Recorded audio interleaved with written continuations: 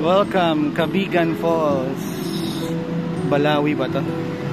Yan, bago kayo punta ng falls, fee around 30 or 40. Muna dito. Discount for students and senior citizens.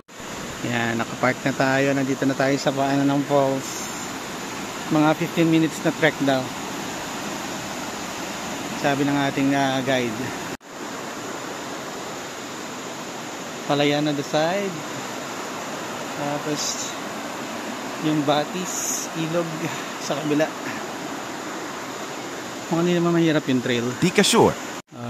Meron pa silang bridge over troubled water. Hindi ako ganun katanda, ha? Tatanggi pa ba? Alam ko lang yung title. Okay. In fairness, dito sa Ilocos Norte, wala pa ako nakikita ng yung parang kinakwari ba na bundok. Sorry pa more, para baha pa more.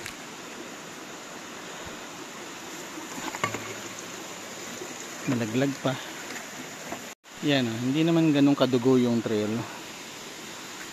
Banayad naman siya.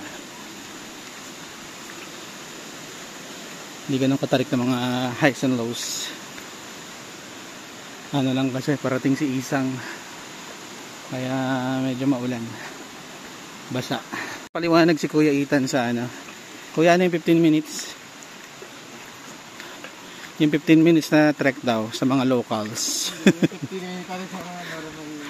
Sa mga normal walking na tayo may kasama tayong senior, tapos may kasama tayong parang senior, may kasama tayong mga chubby.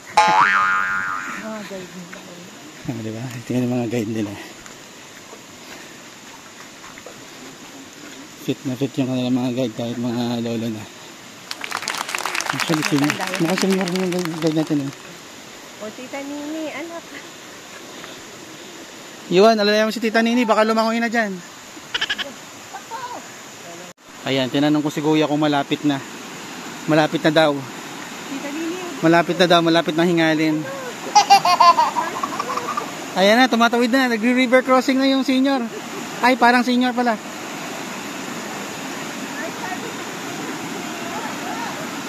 Yun lang. Wala nang tsinelas. Ayaw, di ba? Bye-bye. Teka lang. Kunin ko. Yung private tsinelas. Dito ako lumusong, oh. Nakakosys naman tayo, eh. Kaso, talagang si Kuya yung guide dito. Hindi, ang tagal kasing hindi nagalaw para naipot siya na yan. Tumigil siya din sa ripples.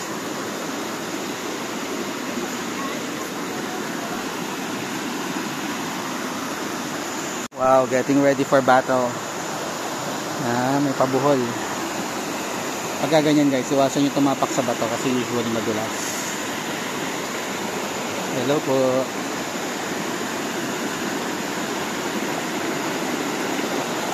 Ayan o, kapit ka dito sa tali. May guide rope naman. Ayan, iwas sa bato. So, tinatanong ko si Kuya kung kamusta yung mga hinahike niya sa Japan. Definitely mas mahirap daw dito kasi may mga trekking way talaga doon. Mga hagdan lang naman yung hinahike. Tsaka anong meron dito na wala sa Japan? Insekto. Baka tag-ulan lang kasi ngayon. Dami insekto. Yan nga, pupunta tayo sa falls. Tapos nung umuulan, mababasa tayo. Ano ba yan? Joke yarn? Tito joke. Oh, di ba? Hike paminsan-minsan. Malapit na daw. Eh, ayun pa yung falls. Isusum ko, ha. Oh. Malapit nang hikain. Ganda, guys. Sakto, hindi mainit. Yun lang, madulas. Pero, hindi naman ganun ka, Wow! Linaw, di ba? Kaya naiwan ako. Video pa. Oh. Natumba si tree. Aww. Natumba yung puno. Ayan na siya. Si Cabigan Falls. Wow! Falls kaya siya o pa-fall? What? Ay, may hugot. Picture area pala to. Dito talaga yung ano, yung kanina, yun yung daan pababa, yun. Yan.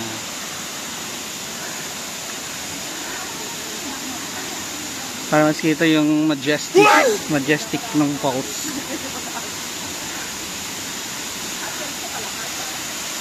Wow! Ang taas din yan, no? Mga 300 feet din kaya yan. 87 feet or 27 meters Hindi lang lang. sabi ni Google.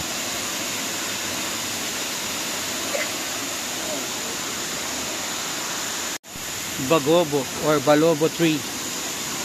Umiitan Hernandez na yan. Celine Murillo. Mga taga-UPLB mga yan. Shout out. Magagaling na nature vloggers. Yan. Ito na yung ano, Cabigan Falls. May pamist. Hindi yata kita sa camera. Hindi siya ganun ka-develop. Actually, hindi siya develop. Dapat marunong kami lumangoy kung gusto mo maligo. Kasi wala mga available na mga life vest. Yan. Nature na nature pa siya. Hindi siya commercial na falls. Ganda. Lokta talaga. Wala na. Yan. So si Kuya, may rule daw sila sa Japan. Kapag ka may kaunting chance ng rain, hindi sila mag-hike. Para hindi maputikan ng shoes. Hiker, ayaw maputikan ng shoes. Lakas sa ulan. Ayan. Dito na natin tapusin yung Cabigan Falls adventure. Lakas ng ulan. Baka masira ang cellphone natin. Sa mga nanonood, yung mga viewers ko dyan, 3, 4 minsan. Thank you sa inyo. Bye bye guys, ingat tayo palagi. Explore, kain. God bless.